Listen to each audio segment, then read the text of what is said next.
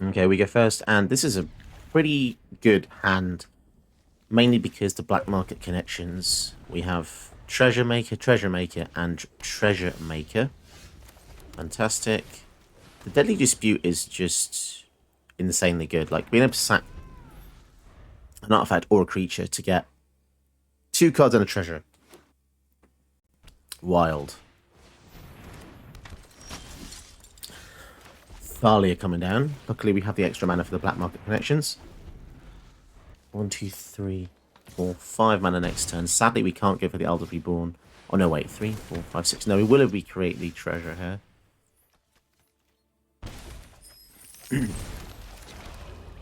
Issue is they've just made 2 extra 1/1, so the Eldest Reborn is not looking so great now. But the Sigarda is going to make their humans +1/+1, isn't it? So maybe we duress here, and then we'll see what they've got.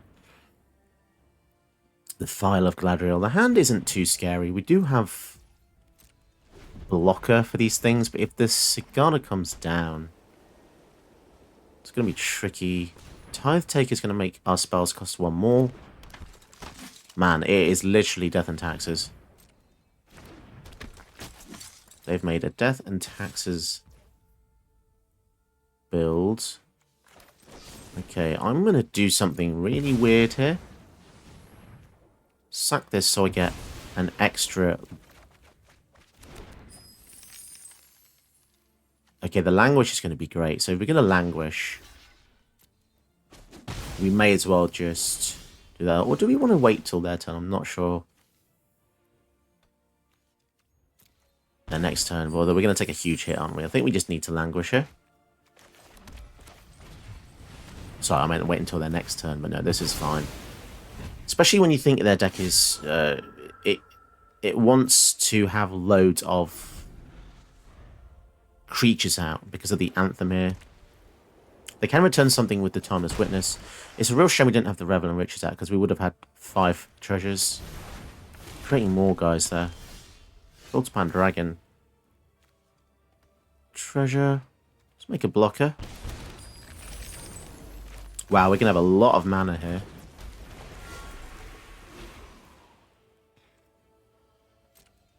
Let's swing and make another treasure. We have 8 mana extra. That is crazy. We could just go for the Balrog.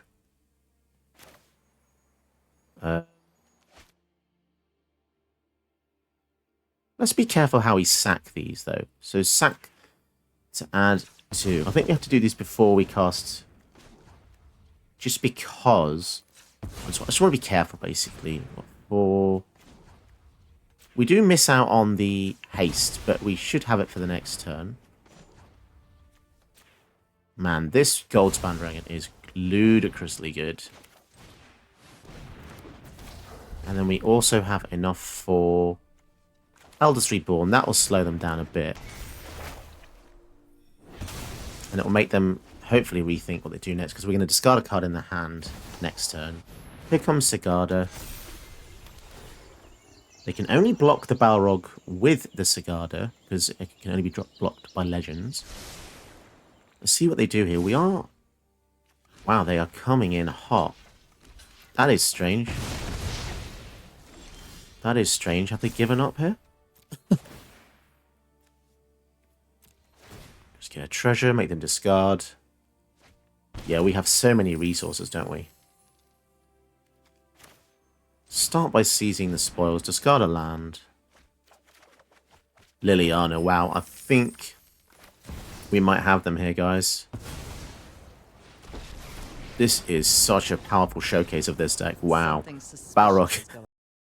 Hello there, and welcome to a brand new episode. Today we're looking at the Balrog Durin's Bane, which I think has a lot of potential despite it being a 7 mana 7/5. So it seems pretty slow, but I thought, how do we get around this?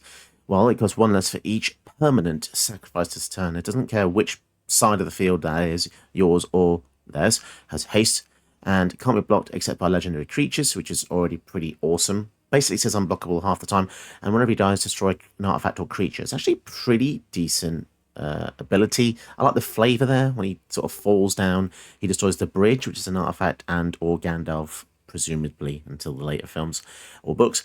So how do we make it cheaper? Well, the main thing is treasures. So the deck has many, many ways to make treasures. There will be a couple of omissions just because I don't have the spare wild cards, stuff like Ragavan, but that card is pretty toxic, to be honest. So we don't need it, but if you have it, pop it in anyway, because it's a 1 mana that makes loads of treasures. So we've got interesting stuff like Gleaming Barrier, which when it dies, you create a treasure. The same goes for Direfleet Hoarder. So you want to synergize anything that makes treasures, even Kalane, with stuff like Deadly Dispute, which lets you sack things to create more treasures. So you're getting double duty. One of the best things you can probably put in the deck is Ashnod's Altar. If you have the Gleaming Barrier out with the Ashnod's Altar on turn 3 or 4, you're going to have so much mana, like 6 or 7 mana, and then you can cast the Balrog anyway. And that's not even including the discount, so it'd be cheaper. Ashnod's Altar is an insane inclusion, and you don't really see it too much. We've got Zorn, which doubles any treasures you create, which is really fantastic. The Professional Facebreaker gives you treasures whenever a creature hits. Fable gives you a 2/2 that makes treasures when he attacks. Braids lets you sacrifice some creatures in order to get a better value, which is nice because it reduces the cost of the Balrog's casting cost. So anything you sack basically is 1 extra mana you have until the turn. So don't forget that. Libellia's Sackville Baggins is really powerful. 3 mana, 2/3 flash. Menace as well. Whenever it comes an exiled creature that was put into your opponent's graveyard this turn, and then you create X treasures equal to its power. So if you exile something like 6 power, you can get 6 treasures, which is a hell of a lot of treasures for 1 card. We've got some spicy tech as well. We've got the God Eternal Bontu, which in the last ditch attempt, let's say your opponent's at 7 life, and you just need to deal that 7 haste damage, right? And you've got God Eternal Bontu out. Cast a Sky. You can sacrifice everything but 2 black sources, I suppose, or you can even tap all your mana. Make sure you've got a black and a red source, open. Let's say you sack 7 things. You now can cast a Balrog for 7 less mana. So let's say it was already destroyed once. Don't forget that the reduction in his cost also can go towards his command attacks, because it's still a cast. The command attacks is still a cast ability. So yeah, that's really good. And Revel in Riches, whenever a creature opponent dies, you get treasures. It's just, there's a lot of synergy in the deck, a lot of cool things, sacrifice and treasure, really. And the Pièce de Resistance, I suppose, is better as a Citadel, which lets you sack 10 non-land permanents. Obviously, if you're doing that, the Balrog's going to cost you -10 mana to get him out. So, yeah, there's a lot of cool things. And my favourite synergy, the Better Citadel plus the Ether Flux Reservoir, and Liliana as well, which I should probably mention is good because you can sack 2 of yours and 2 of your opponents, which is -4 for the Balrog. It's like a maths equation, this deck. It's really fun. There's loads of different angles. There are so many angles, and it's fantastic. And don't forget that Goldspan Dragon lets you tap 1 treasure for 2 mana. Oh, it's just fun and exciting. It's I hope it's something a bit different, because it's, not Tom Bombadil, for instance. You probably, hopefully, won't see this deck too much. It's nice to have something that no one else does, or not many people do. It's quite hard in the YouTube landscape, to be honest, to be original these days, just as there's so many content creators. But if you do appreciate the videos that I've created for you, and if you've gained any enjoyment from the videos in the past, or even from this one, maybe you'd consider becoming a channel member. Details are in the description. If you become the Commander Curator membership tier, I can make you 1 deck of your choice per month. Or if you wanted, you can also donate any amount via Ko-fi or via Super Thanks below. So, I hope you enjoyed today's video, and good luck using the Balrog. It's a very fun deck. Okay, we go first with a decent hand against Esper Control here. Saruman is... He looks cool, but I feel like 6 mana for 5/4, it feels like it needs a lot of work to make him work. Casting 2 spells mills us, exiles a type, as long as it's equivalent to the spell they just cast. Yeah, feels like a lot of hoops from Mythic. A lot of hoops. We could just wreck them with the Kurgan's command here, but I feel like going for the Atsushi is probably a bit more effective. Just some kind of threat. We are Rakdos after all. We have to do something. File of Galadriel. That ramps them a bit. And an Esper Sentinel. Okay, so now I just want to kill Witness protection. Ooh, that's a shame.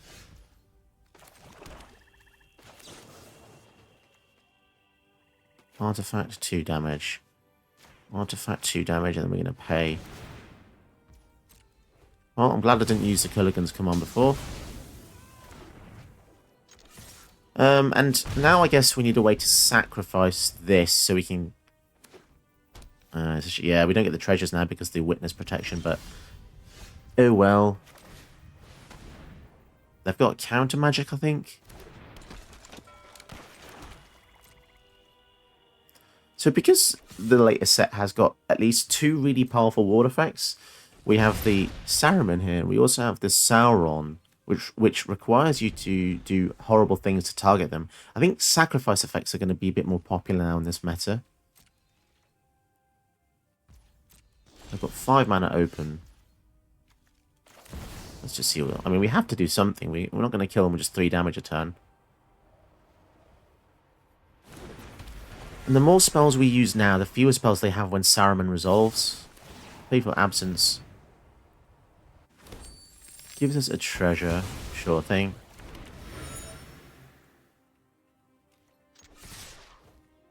Man, Esper is just control, isn't it? Pure control. It doesn't have to be, but most people just... That's just what they like to do, which is fair enough. It can be fun now and then, but... Are we gonna face any counter spells? Mills us for 10.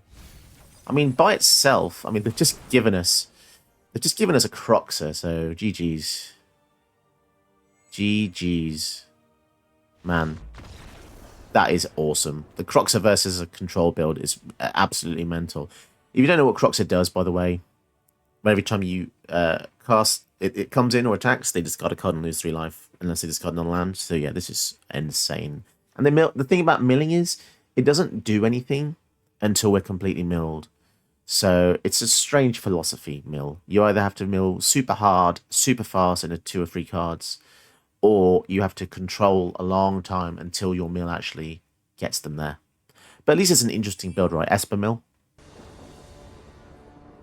Yeah, I can tell this player is an old school modern player. Prime Time was the name of an old modern deck, pretty sure, before Primeval Titan was banned. If you haven't seen Primeval Titan, it's very, very strong card. 6 mana, 6/6, funnily enough, which is similar to this. But it would, whenever it entered the battlefield or attacked, you'd get any 2 lands from your deck to the battlefield tapped. Utterly broken card. Utterly broken, because it meant you could get any 2-card combo which was land-based. So stuff like Thespian Stage and Dark Depths, or, Valakut and Mountains, so on and so forth. Do we go for Atsushi? 3, 4. This taps for triple green. That is pretty crazy. Go for Atsushi. Can we... Oh, damn, we don't have any removal for this. This is going to be tough.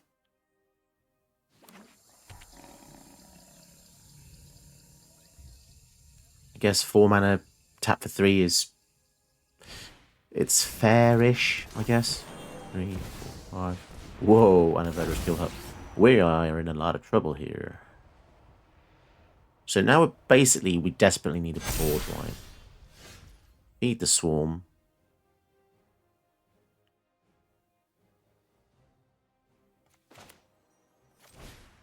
I think it's too slow to go for the Revel now. I guess the Diabolic Intent would allow us to find a board wipe. Maybe it's too slow. What's this? 4, 2, 5, and 6. Extinction Event might help. But is it too slow? The Trample's going to sting like a... I think we go for the Shambling Ghast first. And then we wait a little bit. Let's just wait. If they have Crater Hoof, we're just dead, I think.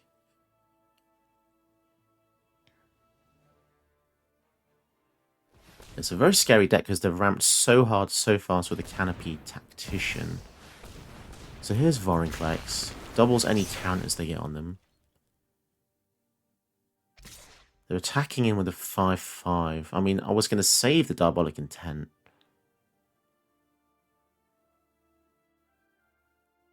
To get the board wipe. But now I'm thinking...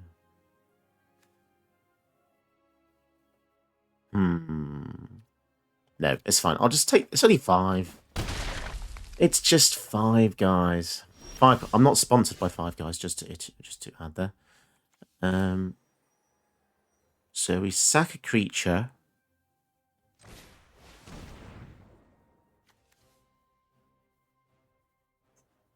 Hang on a sec. Got to be careful about this. Treasure. We could sack this. No, I think we just want to... Yeah, we want to get the Extinction Event. Man, Diabolic Intent is a really powerful card. Extinction Event. If we get rid of odds, we're going to get rid of so many other things. And that it does include this. So I think we will attack with the guards first, because it's going to die anyway, right? It's going to die.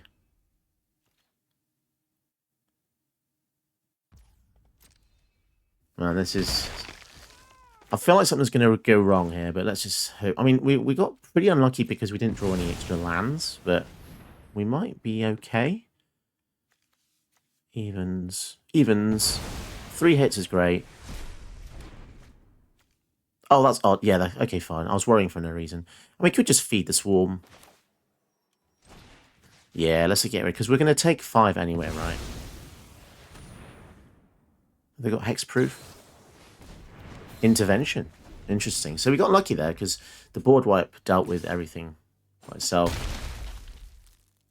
Apart from that. 5 mana. Tribute, okay.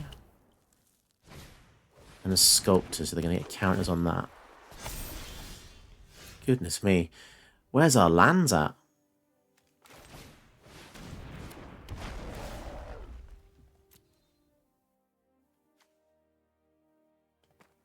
Where are our lands? We've missed like 3 land drops. 3, 4, 5, 6. Attacking with both. Double block that, then we can finish it off by putting the minus on it, I guess.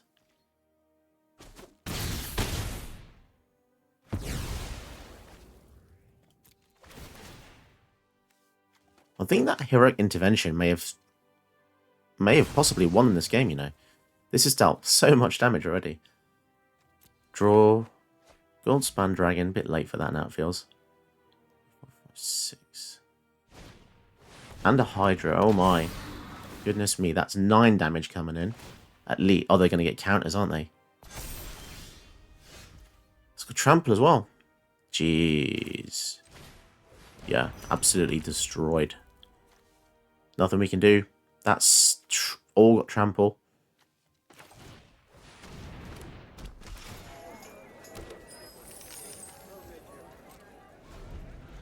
Man. Yeah, I think it was the intervention, because we would have had 15 life, no, 20, 15 to 20 life. And a Nissa. Sure thing. Seek shelter in my stewardship. So yeah, this is just a prime example of what happens when you don't draw any extra lands past the first 3. Cool. Moving on to the next one. Okay, we go first with a pretty good hand, I think. Is it good? This is a really risky keep. Really risky keep. Versus Vorinclex, Ramping Deck. Phyrexian Arena. Now that is... feels like a bit of a waste to do the ritual here. But I guess it turned to Arena... I mean, if they kill it, we could be in trouble, because we desperately need lands. Explore. Okay, we might have gotten away with a bit of value here. No land. And the land. Okay. Go for the Cruxer. The Croxa this early isn't fantastic, to be perfectly honest. But it's just the best. I mean, we could have held up the removal here. Well, I mean, we're going to do that anyway, right? We're going to kill this because that adds 3 mana, which is ludicrous. And we get a Shambling Ghast. 3 mana of any one colour for an uncommon. Okay. Uncommons these days. I mean, this, to be fair, this used to be a rare. This was downgraded because magic is so powerful now. Warring Collect. So luckily we have the kill spell with the Infernal Grasp. Shame we don't have enough mana for the Shieldred, really, but... So they get 2 forests to hand, which is fine. But we do need to kill it. Land? I think we're going to do something weird. We're going to attack. Because they block it, we get the treasure, which is perfect. Okay. That is what we want to see. Treasure token. So we could do something poetic and go for Shieldred. That is quite poetic, isn't it? The Praetors matching off against one another. Both of them full art, which means we both maxed out the Mastery Pass from last season. I love it.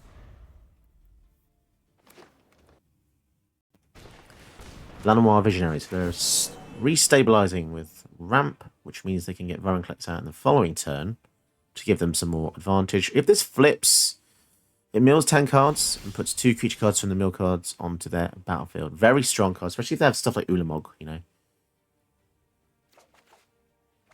Kami and a land? Goodness gracious me.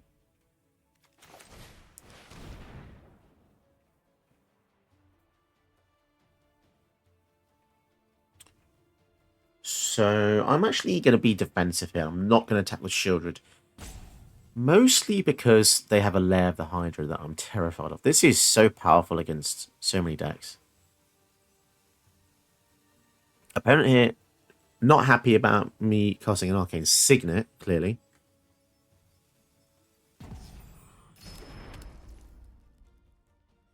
So we finally resolved the Arcane Signet after much deliberation there, and we'll pass to them.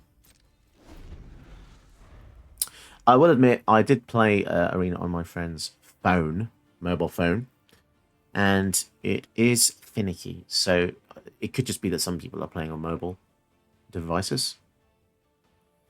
Or maybe this guy went for a poo, which is entirely possible.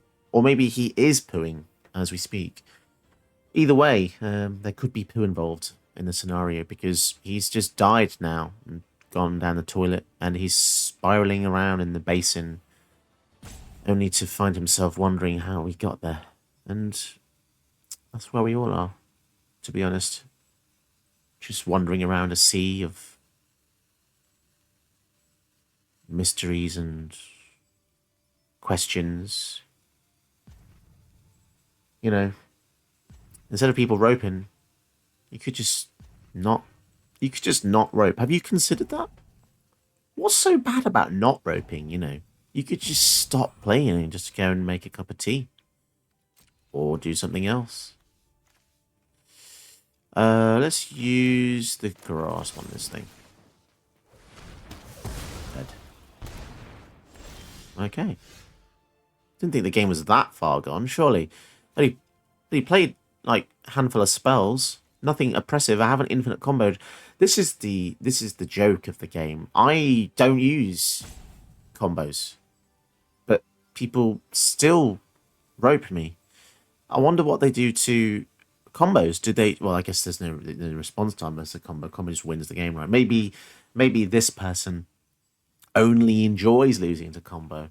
And therefore, when not losing against combo, they feel lost again.